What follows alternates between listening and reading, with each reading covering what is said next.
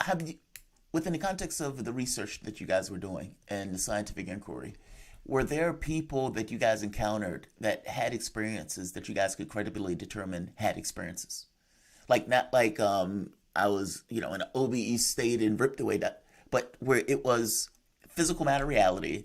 There was something about it that maybe there was radiation burns. Maybe there was something that the person encountered where you could say, all right, fair enough. That guy had something happen to him that we know as a flat fact. They encountered something. Um, Phenomenal question. yeah, Phenomenal question. The answer simply is yes. I'll be careful not to elaborate too much, but biological effects is always something that we were looking at in ATIP. So you have the five observables and the sixth one, which we don't really, haven't really gotten too much detail about, was biological effects, whether it's a blade of grass or an animal or a human being. You know, anytime you are around intense amounts of energy, weird things happen biologically. That's just the way nature is. And so we did have we had some very interesting and compelling data in that area. wow, fantastic. I mean, I guess you can't go into what were those physiological effects, or can you? I mean, I don't want to pry beyond the point that you can discuss it. I have to be careful. I mean, broad categories. I don't want to. I'm not a medical doctor. I'd rather allow some of the medical doctors that were associated with this program to speak about that. Physiology, morphology, things like that is something that I'm not qualified to discuss. But there were some. Yeah, there were certainly physical effects associated with this, and it's something that there were some studies done with the government to look into that as well. Very interesting. And last question: is there something that you would want the public to understand about this as you pursue it? I mean, from my understanding, I heard you were kicking it into second gear. That you've left eight to the Stars Academy at this point, and it was going, I guess, an effort to take this international in regards to making this issue known. What is the objective at this point? Like, when you say you want to kick it in second gear, what does that mean? What is the next X number of years in regards to the things that you're trying to accomplish in the larger world?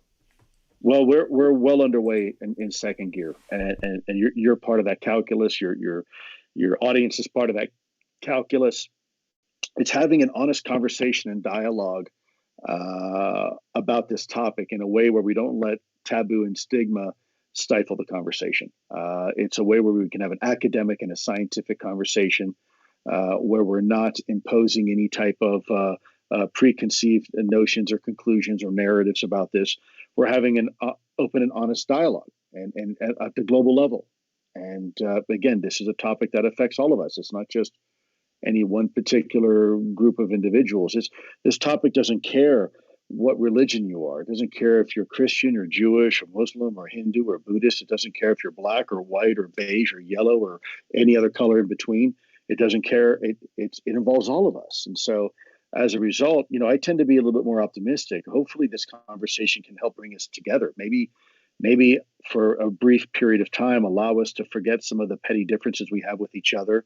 And I mean, truly, with even between countries, right?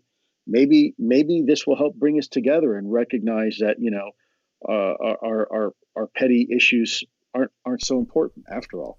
Yeah, the cosmic, where it's humanity as a whole, as opposed to these rival Correct. fractions. Though the fractions aren't real, the people are.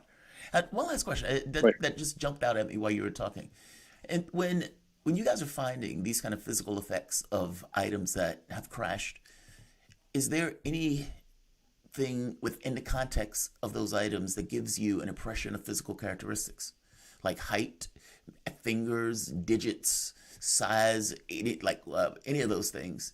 And I get you're laughing, so I guess I'm Well, guessing. because you're again, you're asking really good questions that I'm probably not qualified to answer.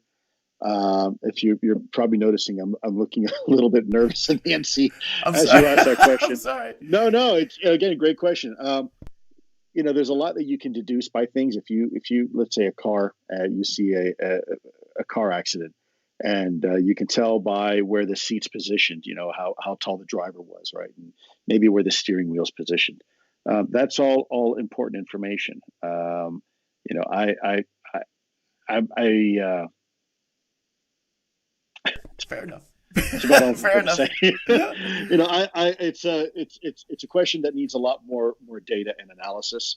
I don't want to say one way or the other anything about that, just simply because I don't want to mislead you or your audience. I truly don't know. I mean, we can speculate all day long, but I'll leave it at that. No. Fair enough. Fair enough.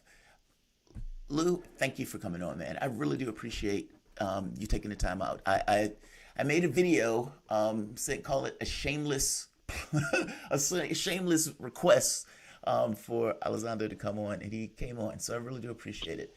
Anytime. And I really appreciate it too. It's very, very thoughtful questions, and